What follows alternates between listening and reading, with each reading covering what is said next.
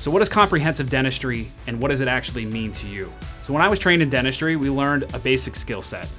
We learned how to identify a problem and try to fix that problem for you, and that's how medicine and dentistry has been for several years. But what I realized as I started to go to more and more education courses is that if we take a step back and we look at the big picture and not just maybe one isolated problem, maybe we can get to the root cause and find out why things are happening. So for me, we modeled our entire practice on the idea of being less expensive, less involved, and less potential pain if you get to things before they are actually issues. So what that tells us is that we need to be practicing a model of preventive care versus reactive care. So let's go over what that is. Reactive care is when a tooth breaks, and now you call your dentist and you find out that, oh, I need a dental crown, or I need a root canal. Maybe this is something that could have been preventive care years ago with a proactive approach.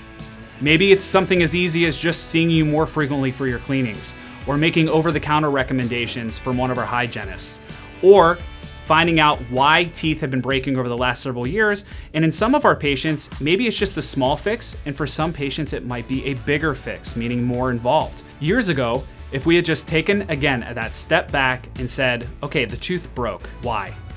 Maybe it was a bad bite, not just in one area, but overall. Maybe the teeth had worn to a point where now you're more susceptible to needing more care. Maybe you had lost the tooth. And you lost that tooth because of something that could have been taken care of not just yesterday or the day before that, but many, many years ago. If we had taken care of your gum disease in your 30s or your 40s instead of waiting until your 60s or your 70s. So we like to talk to our patients, whether you're 5 years old or 95 years old, about trying to keep your teeth for a lifetime. We also do this by working and being a part of the medical community now more than ever. So I will talk with your physician, your medical specialist, not just my dental specialist, about things that we identify in our office that might be a little different from what you're used to, like taking your blood pressure at every visit. I have an example, and his name is George.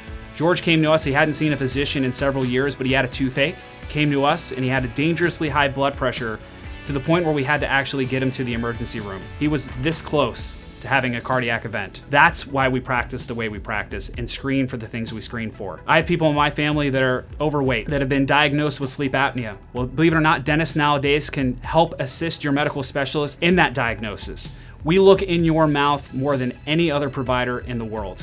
So now we have an opportunity to work with your medical professional to identify your risk for things like sleep apnea or other sleep disorders. And that's why we have comprehensive in the name of our practice, because we're not just looking at teeth anymore, we're looking at the whole you.